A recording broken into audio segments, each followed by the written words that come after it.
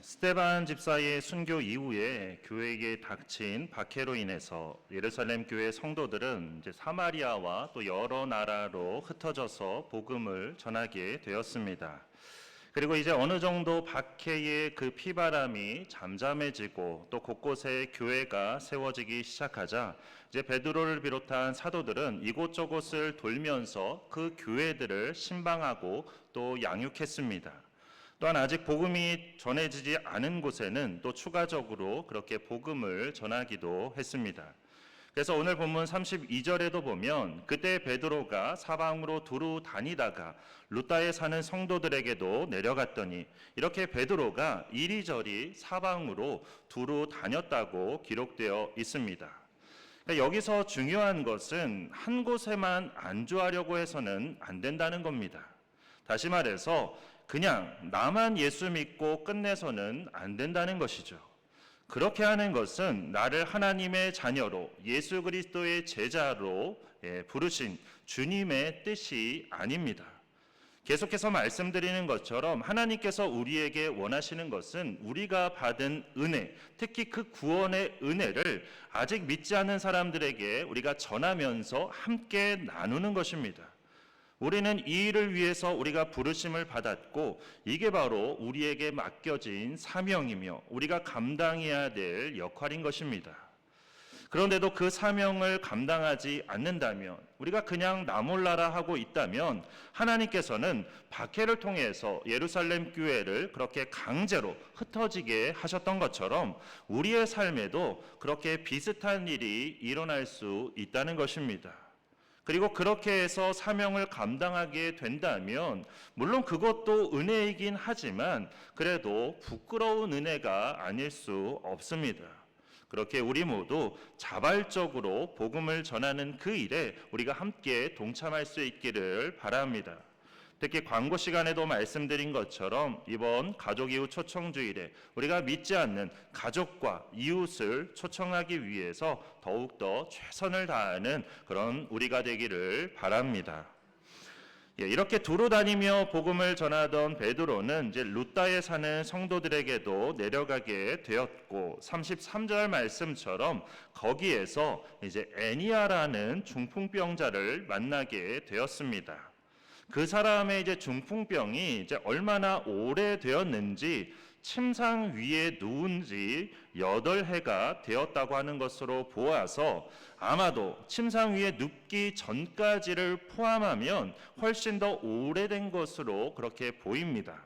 그러니까 병환이 이제 이 정도 되면 이제 거의 그 병은 그냥 친구처럼 지내는 그런 사이가 됩니다. 그러니까 낫고는 쉽지만 나을 수 있다는 그런 소망 자체가 사라지게 되는 것이죠. 그런데 어느 날 루다에 찾아온 베드로에 의해서 갑자기 모든 상황이 다 뒤바뀌게 되었습니다. 34절 말씀처럼 베드로가 애니아에게 이렇게 말합니다. 애니아야, 예수 그리스도께서 너를 낫게 하시니 일어나 내 자리를 정돈하라. 그러니까 베드로가 이렇게 말하자 애니아가 곧바로 자리에서 일어났습니다. 놀라운 기적이 일어난 것이죠. 저희 집에도 좀 이런 기적이 일어났으면 좋겠습니다. 아침마다 아이들 깨울 때 희찬아 일어나라, 승찬아 일어나라, 유찬아 일어나라 이러면 좀 곧바로 일어나는 좀 그런 기적이 있었으면 좋겠습니다. 공감하시는 분들이 계신 것 같은데 크게 아멘 하시는 분들의 가정에 이런 놀라운 기적이 있게 될 줄 믿습니다. 안 일어나는 가족들이 많이 있으신가 봐요. 물론 애니아가 일어난 것은 또 다른 의미죠. 그래서 애니아가 곧바로 일어났다는 것은 이제 중풍병이 다 나았다는 그런 뜻입니다. 이처럼 베드로가 애니아에게 일어나라고 말하자 애니아가 일어났고 중풍병이 다 나았는데 어떻게 이런 일이 일어날 수 있었을까요? 그 정답은 베드로가 애니아에게 했던 그 말 속에 있습니다. 예수 그리스도께서 너를 낫게 하시니 바로 이 말씀입니다. 이게 가장 중요한 핵심입니다. 그러니까 베드로는 자신에게 능력이 있어서 자신이 낫게 하는 게 아니라는 거죠. 이 모든 것은 예수님께서 하시는 일이라는 뜻입니다. 베드로가 어떻게 그렇게 확신하며 말할 수 있었냐면 몇 가지 이유가 있는데, 우선 자신이 그렇게 예수님의 능력으로 일어난 사람이기 때문입니다. 그냥 평범한 어부에서 예수님의 제자로 일어서게 되었고, 또한 예수님을 모른다고 3번 부인한 것 때문에 죄책감에 빠져 있을 때 내 양을 먹이라고, 내 양을 치라고 그렇게 다시 일으켜 세워주신 그 예수님을 경험하면서 다시 일어설 수 있었습니다. 그런가 하면 네 사람이 침상째 지붕에서 달아내린 그 중풍병자를 향해서 예수님께서 그 중풍병자를 고치시면서 그 중풍병자에게 하셨던 말씀, 내가 내게 이르노니 일어나 내 침상을 가지고 집으로 가라. 이 말씀을 베드로도 들었고 또 그 모든 상황을 베드로도 보았기 때문에 예수님께 그러한 능력이 있음을 믿었던 것입니다. 그리고 성령께서는 베드로도 지금 그렇게 선포하도록 그를 인도하셨습니다. 이렇게 베드로는 예수님의 능력을 힘입어서 성령의 인도하심에 따라 애니야에게 일어나라고 선포하게 된 것입니다. 이처럼 중요한 것은 주님의 능력을 믿는 것입니다. 나는 할 수 없지만 주님은 하실 수 있다는 믿음, 하실 수 있는 정도가 아니라 반드시 하신다는 믿음, 그 믿음이 중요한 것입니다.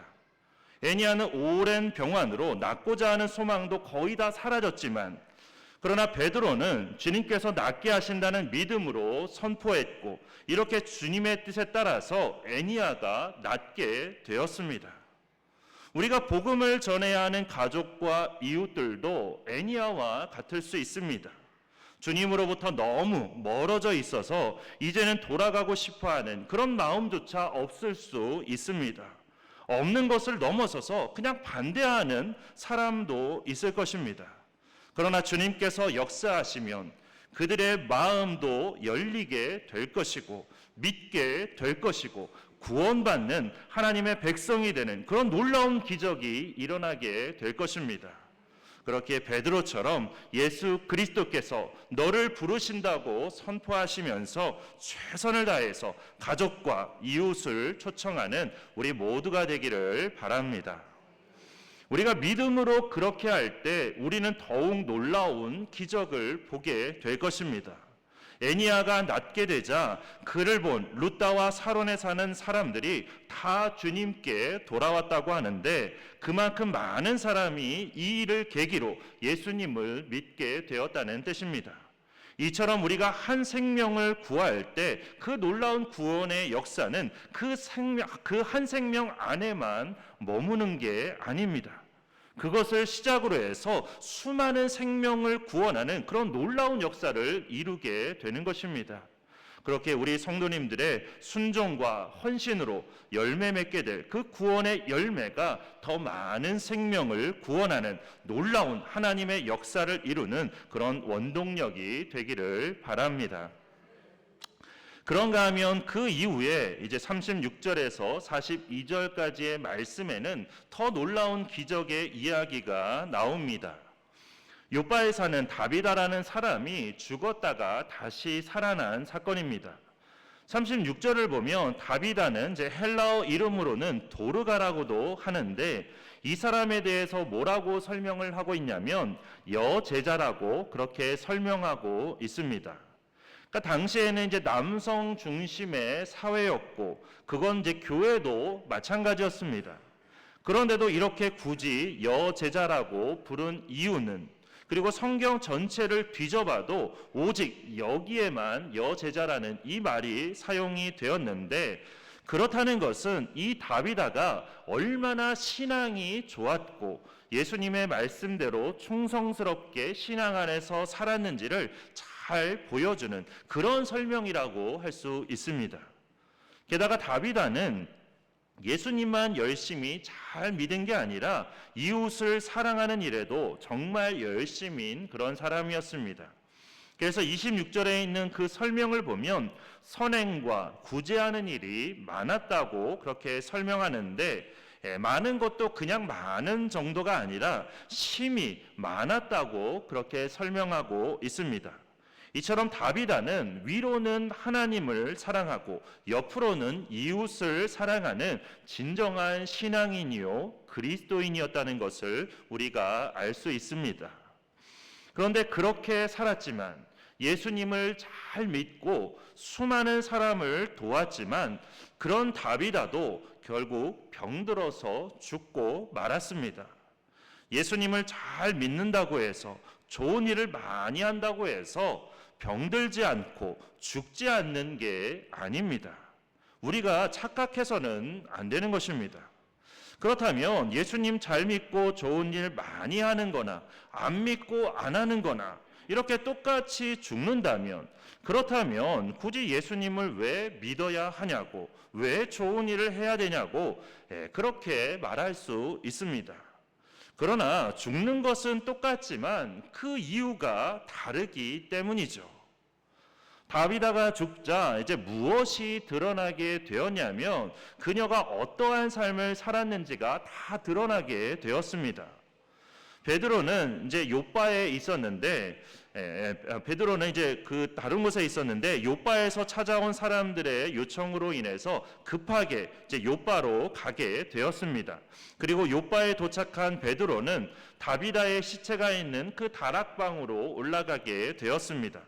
그렇게 다락방으로 올라가자 39절 말씀처럼 모든 과부가 베드로 곁에 서서 울며 다비다가 그들과 함께 있을 때 그들에게 지어줬던 그 속옷과 겉옷을 다 보여주었습니다.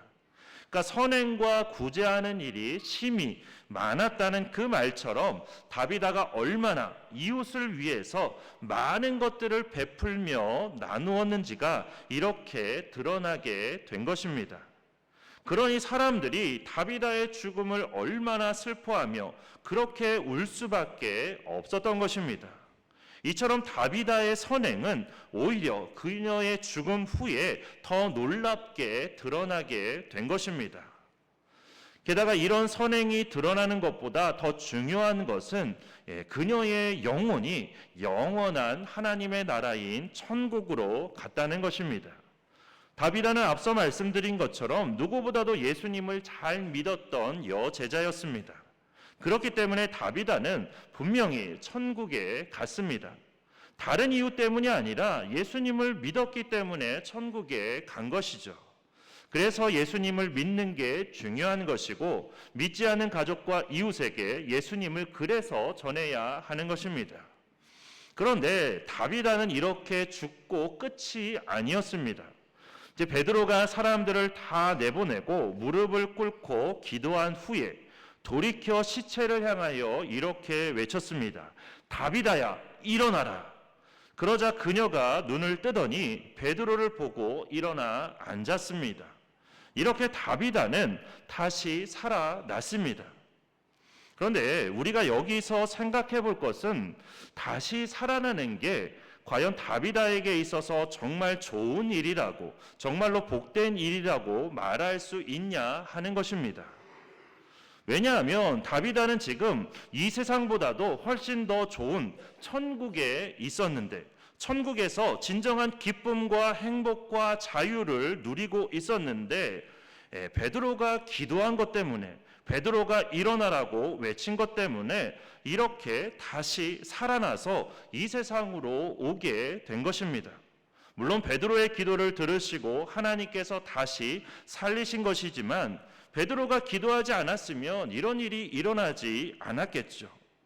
그럼 다시 살아나서 베드로를 처음 본 다비다가 과연 베드로에게 뭐라고 말했을까요? 그건 성도님들의 상상에 맡기도록 하겠습니다. 예를 들어서 그런 거죠. 우리의 가족들 중에도, 그리고 우리 교우들 중에도 먼저 하나님 나라로 가신 분들이 계십니다. 그럼 그분들에게 천국에서 다시 이 세상으로 오시라고 하면 과연 그분들이 정말로 오시고 싶어 하실까요? 아마 그렇지 않으실 겁니다. 우리가 천국에 가서 다시 만나게 되기를 기다리고 계시지 그분들이 이곳으로 오기를 원하시지는 않으실 겁니다. 그러니까 다비다도 그랬을 겁니다. 천국에서의 삶이 더 기쁘고 행복했을 겁니다.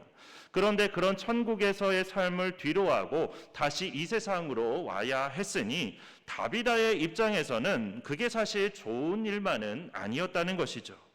그런데도 하나님께서는 왜 다비다를 다시 살려내셨는가? 그것은 바로 이 땅에 남아있는 사람들을 위해서였습니다. 성경을 보면 이렇게 죽었다가 다시 살아난 사람의 이야기가 다비다까지 총 7번이 기록되어 있습니다. 그러니까 구약과 신약을 합쳐서 총 7번이 기록되어 있습니다. 그리고 그 7번의 이야기 모두 다시 살아나는 그 기적을 말하고자 하는 게 아닙니다. 그러니까 그게 핵심 메시지가 아니라는 거죠. 죽었던 사람이 다시 살아날 수 있다. 그게 핵심 메시지가 아니라는 겁니다. 만약 그게 핵심 메시지라면 예수님께서 사역하셨던 그 공생의 기간 동안 예수님은 다니시는 곳마다 죽었던 모든 사람들을 다 살려내셔야 하셨을 겁니다. 그리고 그 사람들은 영원히 죽지 말아야 했겠죠. 그러나 예수님께서 다시 살리셨던 경우는 3번밖에 없었습니다. 그리고 다시 살아났던 나사로와 회당장 야이로의 딸과 그리고 나인성 과부의 아들도 결국 예수님 덕분에 다시 살아났지만 결국에 나중에는 다시 죽었습니다. 그렇다는 것은 다시 사는 게 핵심 메시지가 아니라는 것이죠. 다비다가 다시 살아난 이 이야기를 비롯해서 7번의 그 모든 이야기의 핵심은 무엇이냐면 하나님만이 생명의 주관자가 되신다는 것입니다. 모든 생명에 살고 죽는 것, 그 모든 생명의 주관자는 바로 하나님이시라는 것입니다.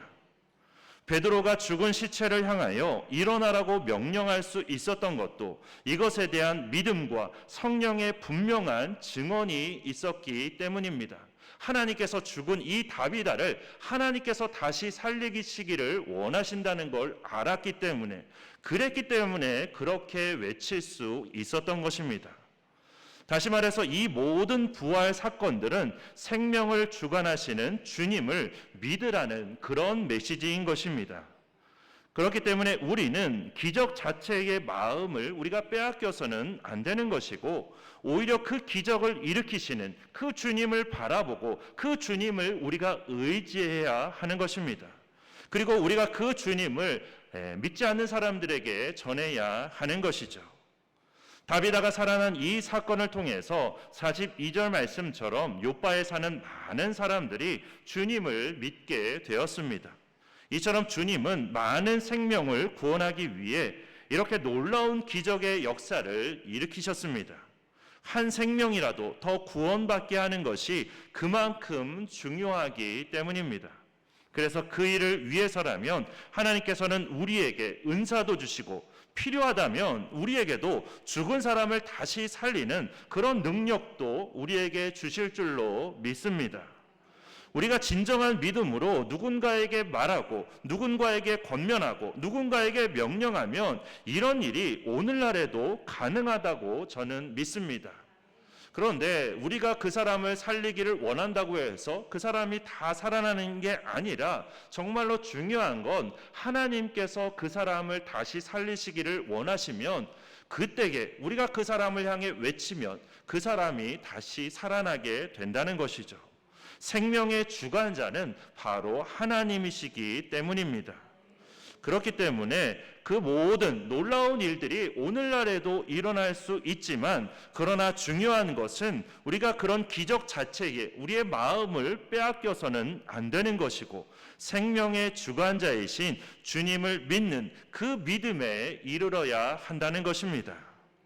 믿음의 본질이 무엇이냐면 우리가 가장 두려워하는 죽음이 허상이라는 것을 깨닫는 것입니다. 사탄이 우리에게 겁을 주는 그 죽음이 허상이라는 것이죠.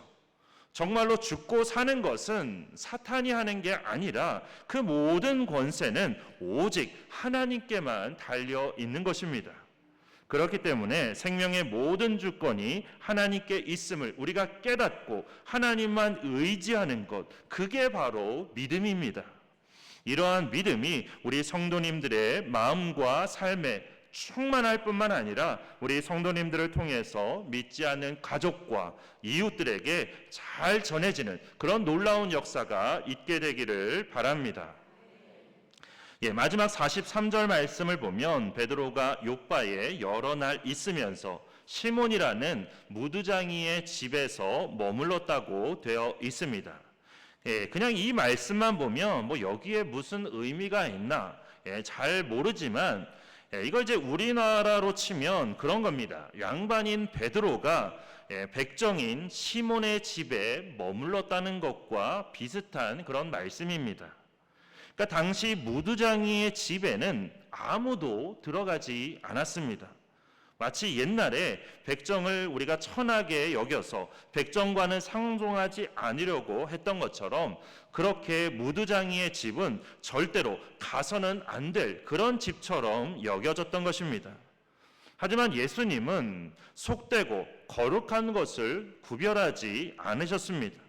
오히려 예수님께서 가시는 곳마다, 예수님께서 만나는 사람마다 예수님으로 인해서 그 모든 곳이, 그 모든 사람이 다 거룩해지는 역사가 있었습니다. 그래서 예수님께서는 세리의 집에 가시든 바리새인의 집에 가시든 그런 것에 관여치 않으셨습니다. 예수님께서 가시면 그곳이 다 거룩한 곳이 되고 예수님께서 누구를 만나시든지 만나는 그 사람이 다 거룩해졌기 때문이죠. 그렇듯이 베드로 또한 사람들이 가장 기피하는 그런 사람의 집에 머무를 수 있는 그런 뿌리 깊은 그리스도인이 되었고 또 신앙인이 되었다는 그런 뜻이 이 말씀 안에 담겨 있는 것입니다. 쉽게 말해서 이제는 온전한 신앙의 반석 위에 세워졌기 때문에 예수님의 말씀처럼 세상의 빛이 되고 소금이 되었기 때문에 더 이상 세상의 영향을 받아서 이리저리 흔들리는 게 아니라 오히려 세상을 변화시키는 진정한 그리스도인이요 진정한 주님의 제자가 되었다는 그런 의미입니다. 부디 우리도 이렇게 되기를 소망합니다. 그래서 이제는 더 이상 우리가 세상을 쫓아 살아가는 게 아니라 오히려 세상 가운데서 진정한 빛과 소금이 되어서 세상을 변화시키는 그런 삶을 살아가는 우리가 되기를 바랍니다. 그래서 우리를 통해서 놀라운 생명의 빛이, 놀라운 구원의 복음이 더 많은 사람들에게 전해지며 더 많은 사람들이 우리를 통해서 생명의 주관자이신 주님을 믿게 되고 주님께로 나오게 되는 그런 놀라운 기적의 역사가 일어나게 되기를, 특히 이번 7월 7일에 있을 우리 가족 이웃 초청주의를 통해서 놀랍게 그러한 역사가 이루어지게 되기를 주님의 이름으로 축원합니다. 이 시간 우리 주신 말씀 생각하면서 우리 사망의 그늘에 앉아 함께 찬양하겠습니다.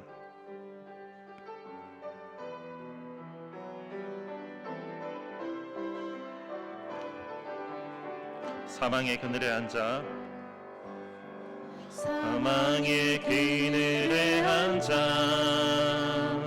죽어가는 나의 백성들, 절망과 굶주림에 갇힌 저들은 내 마음의 오랜 슬픔, 고통의 멍에에 매여 울고 있는 나의 자녀들, 나는 이제 일어나 저들의 멍에를 꺾고 눈물 씻기기 원하는데 누가 내게 부르짖어 저들을 구원케 할까? 누가 나를 위해 가서 나의 사랑을 전할까? 나는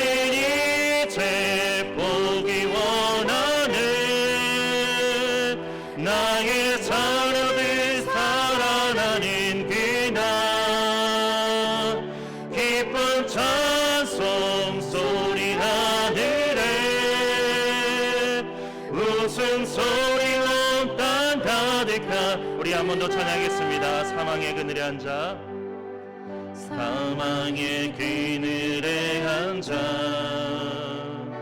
죽어가는 나의 백성들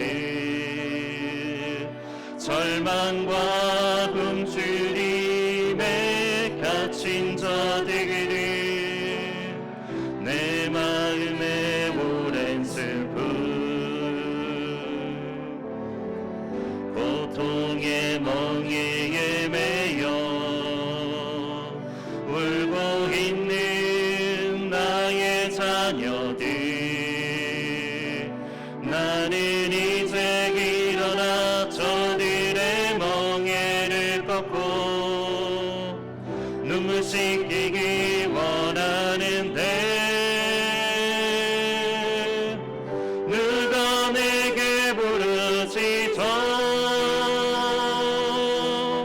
저들을 구원케 할까 누가 나를 위해 가서 나의 사랑을 전할까 나는 이제 보기 원하네 나의 자녀들 살아나는 그날 기쁜 찬송 소리 하늘에 웃음소리 온 땅 가득한 그 누가 내게 부르시죠 누가 내게 부르시죠 저들을 구원케 할까 누가 나를 위해 가서 나의 사랑을 전할까 나는 이제 보기 원하네 나의 자녀들 살아나는 그날 기쁜 찬송 소리 하늘에 웃음소리 온 땅 가득한 그날 하나님께서 우리를 그리스도인으로 부르신 것은 우리를 구원받는 천국 백성이 되게 하시려고 부르신 것도 있지만 이것을 넘어서서 우리를 통해 더 많은 사람에게 복음을 전하고자 우리를 부르시고 세우셨습니다. 이것이 우리를 향한 하나님의 뜻이고 우리에게 맡기신 사명입니다. 그런데 우리는 과연 이 사명을 얼마나 잘 감당하고 있는지, 특히 믿지 않는 가족과 또 이웃에게 복음을 전하기 위해 그들의 생명을 구원하기 위해 내 자신은 과연 무엇을 얼마나 하고 있는지를 한번 우리가 깊이 되돌아볼 수 있기를 바랍니다. 그리고 이 시간 우리가 기도하면서 함께 이렇게 다짐하며 기도할 수 있기를 바랍니다. 그동안 우리가 믿지 않는 가족과 친지와 이웃들에게 너무나 무심했습니다.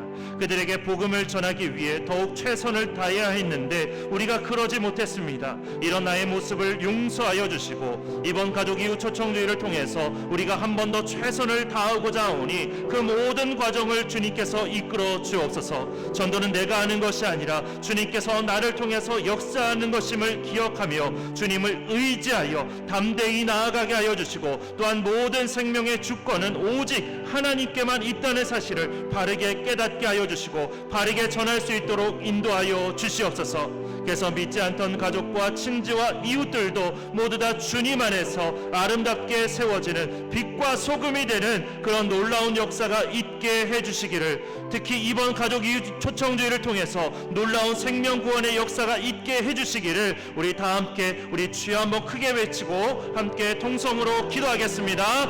주여 사랑이 많으신 하나님 아버지, 이 시간 우리가 다시 한번 주님 앞에 다짐하며 나아갑니다. 하나님, 우리가 잊고 살았던 우리의 가족과 이웃들에게 다시 한번 우리가 관심을 갖고 하나님 그들에게 생명의 복음을 전하고자 합니다. 하나님, 우리를 붙들어 주시옵소서. 하나님, 그들에게 무심했던 우리의 그 모습들을 하나님 반성하며 회개하며 하나님 주님 앞에 다시 한번 다짐합니다. 하나님, 이제 그들에게 복음을 전하기 위해 다시 한번 더욱더 최선을 다할 수 있도록 인도하여 주시옵소서. 하나님, 이번 가족 이웃 초청주의를 통해서 하나님 우리가 다시 한번 다짐합니다. 그들을 주님께로 인도하고 이끌기 위해 다시 한번 다짐하오니 하나님, 우리의 이런 다짐 가운데 주님께서 함께하여 주시옵소서. 하나님, 전도는 내가 하는 것이 아니라 주님께서 나를 통해서 역사하시는 것임을 기억하며 이제 주님을 의지하며 담대히 나아가오니 하나님, 나를 통해서 역사하여 주시옵소서. 생명의 주권은 오직 하나님께 있다는 그 사실을 우리가 바르게 깨닫고 바르게 전할 수 있도록 인도하여 주시옵소서. 그 생명의 역사를 하나님 우리가 믿지 않는 가족과 이웃들에게 바르게 전할 수 있도록 인도하여 주시옵소서. 하나님, 그래서 믿지 않는 가족도 믿지 않던 이웃들도 모두 다 주님 안에서 하나님 주님을 믿게 되는 역사가 있게 하여 주시고 하나님, 그들도 우리처럼 하나님 세상의 빛과 소금이 되는 하나님의 그런 놀라운 구원의 역사가 있게 하여 주시옵소서. 이번 가족 이웃 초청주의를 통해서 하나님의 은혜 가운데 놀라운 생명 구원의 열매들이 많이 맺혀지는 역사가 있게 하여 주시옵소서. 우리 한 사람 한 사람을 통해서 하나님의 놀라운 뜻이 하나님의 놀라운 계획이 이루어지게 하여 주시고 우리 모든 성도님들의 가정이 이제는 주님 신앙 안에서 하나 되는 놀라운 믿음의 역사가 있게 하여 주시옵소서. 하나님, 역사하여 주시고 하나님 함께하여 주시옵소서. 이루어 주시옵소서. 하나님, 이루어 주시옵소서. 우리 샘교회가 놀랍게 부흥하는 역사가 있게 하여 주시옵소서. 하나님, 함께하여 주시옵소서. 주시옵소서. 사랑이 많으신 하나님, 저희를 이렇게 예수 그리스도를 믿는 하나님의 자녀로 그리스도인으로 불러주심을 감사드립니다. 하나님, 하나님께서 이렇게 우리를 부르시고 세우신 것은 우리만이 아니라 우리를 통해서 더 많은 사람들을 생명의 길로 구원의 길로 인도하고 이끌고자 또한 우리를 이렇게 부르시고 세우신 줄 믿습니다. 그런데 하나님, 우리는 그 사명을 잘 감당하지 못하고 게으를 때가 너무나 많습니다. 특별히 우리가 믿지 않는 가족과 친지들에게 이웃들에게 더 열심히 복음을 전해야 되는데 그러지 못할 때가 너무나 많았습니다. 하나님, 이번 가족 이웃 초청주의를 통해서 다시 한번 우리가 더 열심히 복음을 전하고자 다짐하오니 하나님께서 우리 가운데 역사하여 주시옵소서. 전도는 내가 하는 것이 아니라 주님께서 나를 통해서 역사하는 것임을 우리가 기억하며 주님을 의지하며 담대히 나아갈 수 있도록 인도하여 주시옵소서. 모든 생명의 주권은 하나님께 있다는 사실을 기억하며 우리가 담대히 나아갈 때 하나님, 믿지 않는 우리 가족들의 생명도 우리 이웃들의 생명도 하나님의 은혜 가운데 구원받게 되는 역사가 있게 하여 주시고 그들도 주님의 은혜 가운데 세상의 빛이 되고 소금이 되는 놀라운 역사가 있게 하여 주시옵소서. 그래서 이번 가족 이웃 초청주의를 통해서 하나님 놀라운 생명 구원의 역사가 이루어지며 우리 샘교회가 앞으로 더욱더 놀라운 하나님 부흥이 있게 하여 주시고 이 지역사회를 더욱더 복음하는 데 앞장서는 교회가 될 수 있도록 인도하여 주시옵소서. 하나님, 우리 한 사람 한 사람을 통해서 아름다운 구원의 역사가 이루어질 수 있도록 우리 모두를 아름답게 사용하여 주시옵소서. 예수 그리스도의 이름으로 기도드립니다. 아멘. 하늘 보좌를 버리고 이 땅에 오신 예수 그리스도의 은혜와 죄로 인해 죽을 수밖에 없는 우리를 무한한 사랑으로 품어주신 하나님 아버지의 크신 사랑과 그 모든 것을 깨닫게 하시고 믿음 안에서 승리하게 하시는 성령님의 인도하심과 역사하심이 나를 부르시고 세우신 하나님의 그 은혜를 깨닫고 이제는 그 은혜를 믿지 않는 가족과 이웃과 함께 나누기로 다짐하는 주님의 모든 백성들과 그 삶의 자리 위에 그리고 우리 샘교회 위에 이제로부터 영원토록 함께 계시기를 간절히 축원하옵나이다. 아멘.